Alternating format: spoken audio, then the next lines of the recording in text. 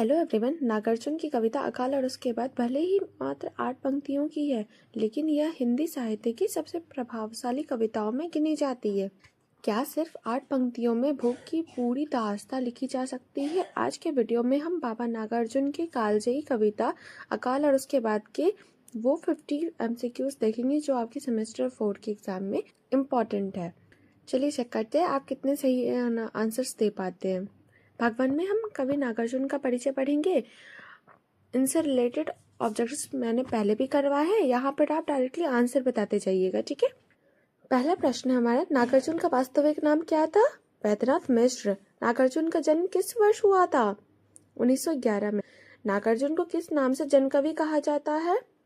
जनता की समस्याओं को उठाने के कारण। मैथिली में नागार्जुन किस नाम से प्रसिद्ध थे? यात्री। नागार्जुन किस काव्यधारा के कवि थे? प्रगतिवाद। नागार्जुन को आधुनिक काल का डैश कहा जाता है? कबीर। नागार्जुन का जन्म स्थान कहाँ है? तरौनी सतलखा बिहार। नागार्जुन का जन्म स्थान कहाँ है? तरौनी सतलखा बिहार। नागार्जुन ने किस धर्म को अपनाया था? बौद्ध। युगधारा किस कवि की रचना है? नागार्जुन की। नागार्जुन की कविताओं का मुख्य विषय क्या है? लोक जीवन और शोषित वर्ग। चलिए अब हम लोग पढ़ेंगे भाग 2 में कविता से रिलेटेड, यानी अकाल और उसके बाद से रिलेटेड ऑब्जेक्टिव्स। पहला है हमारा, अकाल और उसके बाद कुल कितनी पंक्तियों की कविता है? 8। कविता में चूल्हा रोया का क्या अर्थ है?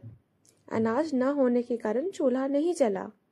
स्टूडेंट ध्यान दीजिएगा, नागार्जुन ने यह इंसान शब्द का प्रयोग नहीं किया, लेकिन चूल्हा, चक्की और जानवरों की हालत से इंसान की बेबसी अपने आप झलक रही है। इसी को कहते हैं बेहतरीन कविता। स्टूडेंट्स अगर आप ध्यान दें तो देखें तो यह कविता 2 हिस्सों में बटी है। पहली 4 पंक्तियां अकाल की है और अंतिम 4 पंक्तियां उसके बाद की है। चलिए इसके आधार पर अगले प्रश्नों को हल करते हैं। चक्की रही उदास पंक्ति में कौन सा अलंकार है? मानवीकरण। अकाल के समय चूल्हे के पास कौन सोया था?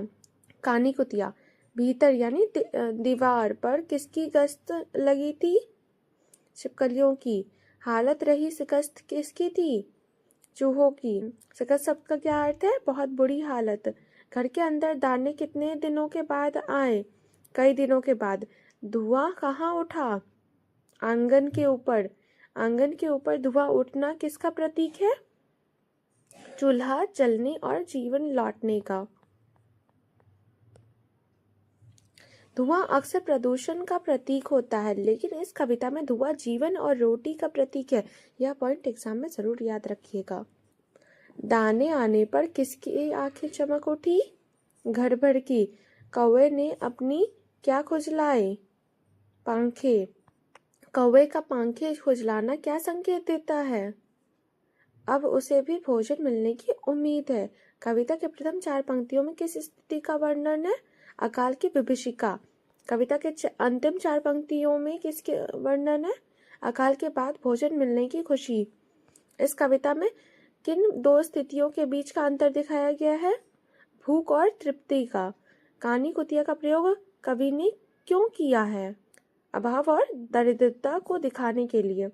चमक उठी घर भर की आंखें, यहाँ आंखें चमकना का अर्थ क्या है?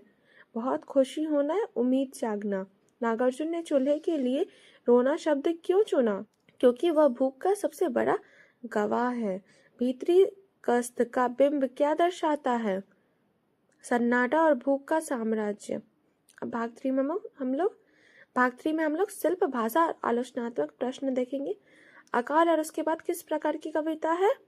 लघु कविता है। इस कविता की भाषा कैसी है?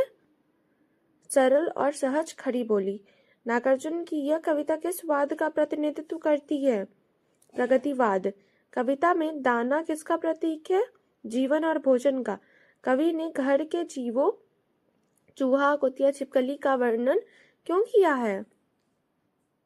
यह दिखाने के लिए भूख सबको समान रूप से प्रभावित करती है। पंखे शब्द का तत्सम रूप क्या होगा? पक्ष। आंगन शब्द में कौन सा चिन्ह प्रयुक्त है? अनुनासिक चंद्रबिंदु। इस कविता में किस रस की प्रधानता है? प्रथम भाग में करुण रस। अंतिम पंक्तियों में किस भाव का उदय होता है? हर्ष या उल्लास। कई दिनों तक शब्दावली की पुनरावृत्ति क्या दर्शाती है? अकाल की लंबी अवधि और पीड़ा। धुआं उठा आंगन के ऊपर, यह किस क्रिया का परिणाम है? खाना पकना। नागार्जुन को आधुनिक कबीर क्यों कहा जाता है? वे बेबाकी से कड़वा सच बोलते थे। अकाल के बाद की स्थिति कैसी है? आशावादी और जीवंत। चूहा और छिपकली यहाँ किसके बिंब है? घर की उपेक्षित जीवों की पीड़ा के। नागार्जुन की दृष्टि कैसी है? यथार्थवादी। कानी कुतिया सोई उनके पास, यहाँ उनके किसके लिए आया है? चूल्हा और चक्की के। अकाल का प्रभाव किस पर सबसे ज्यादा पड़ा? पूरे परिवेश और निम्न वर्ग पर। खुजलाई शब्द में कौन सा प्रत्यय है? आई। यह कविता पाठकों को क्या संदेश देती है? भूख की कठोरता और भोजन का महत्व। नागार्जुन की मृत्यु कब हुई है? बताइए। 1998 में। तो ये थे अकाल और उसके बाद की 50 इम्पोर्टेंट MCQs। उम्मीद है अब आपकी तैयारी और भी मजबूत हो गई होगी। अगर आपको वीडियो अच्छी लगे, हेल्पफुल लगे, then like, share and subscribe. मिलते हैं हमारे नेक्स्ट वीडियो में। Study with smile.